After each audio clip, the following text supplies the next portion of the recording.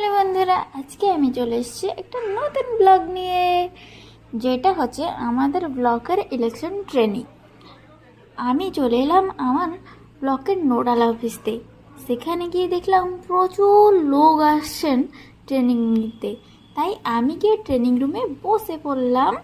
একটু ভয় লাগছিল, কি হবে কি না হবে, কি বলবে, কারণ এটা ছিল আমার ফার্স্ট ট্রেনিং। সেখানে অ্যাডিশনাল বিডিও স্যার, তহসিলদার ম্যাম আর কিছু স্যার ম্যাডামও এসেছিল আমাদেরকে ট্রেনিং দিতে।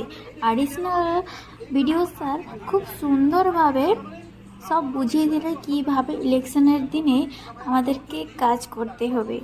আজকের জন্যে বাই।